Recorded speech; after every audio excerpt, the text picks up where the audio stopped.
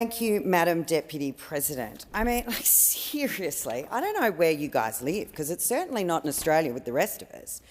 And I mean, it's just extraordinary, this constant talking down that we see of Australia's efforts around the entire COVID pandemic.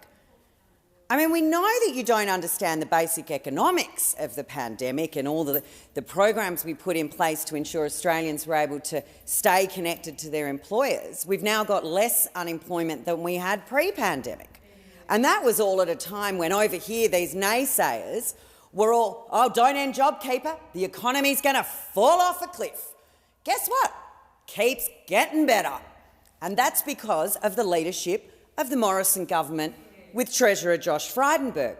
Now, when we do come to the vaccine rollout, the 2020 hindsight vision displayed by those opposite is breathtaking. I mean, I am just so impressed at how you are all apparently armchair epidemiologists who are experts and knew clearly before the actual experts what was going to happen with regards to the vaccines. In fact, last March, who would have thought we'd have had a vaccine by this stage? This has been the most incredible rollout and efforts by science and research to ensure that we can move towards a vaccine at all.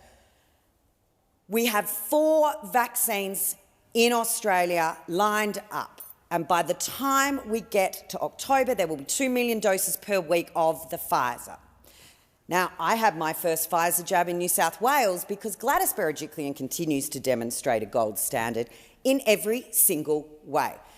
And I'm not in the over 50 category. I'd like that on the record. Maybe I should say it again, because I qualified for the Pfizer. And the Pfizer was for 40 to 49. You don't feel as smug about it anymore now it goes up to 59, but back then in New South Wales, the 40 to 49-year-olds were entitled to qualify for the Pfizer, of which I've had the first jab and I'm looking forward to my second jab next week. But that would just make me one of 140,000 Australians who have received a dose of the vaccine, because that's how many received it yesterday.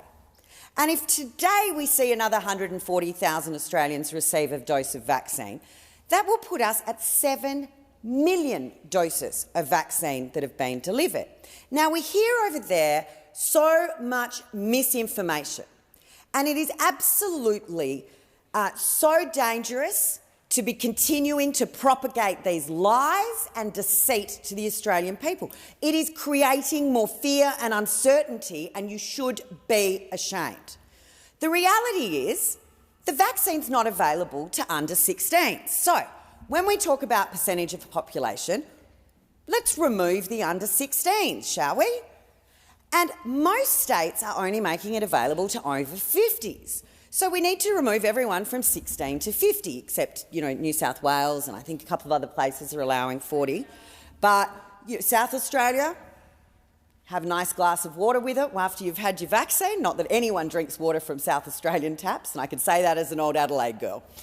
But you have your vaccine, 7 million doses. In the last 7 days, we've had nearly 800,000 doses given. And like every other country in the world, vaccine rollouts have been, a growth period. They're a bit slow when they start out, but they pick up pace exponentially. In fact, to go between 4 million and 5 million doses, it took just 9 days.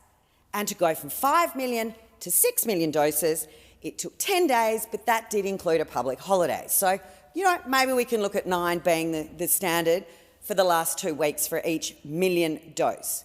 But we don't want to talk about actual figures in reality, because that would mean those opposite need to acknowledge and accept that 2/3 of Australians, for those of you not good at maths, because we know, what happens anytime you guys get near the budget, 2/3, 66.6% of all Australians over 70 are protected.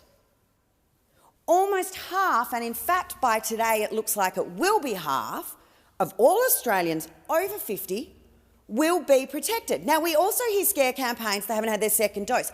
80% protection at single dose. Stop your smear and your disinformation campaign and stop scaring Australians. Your time has expired.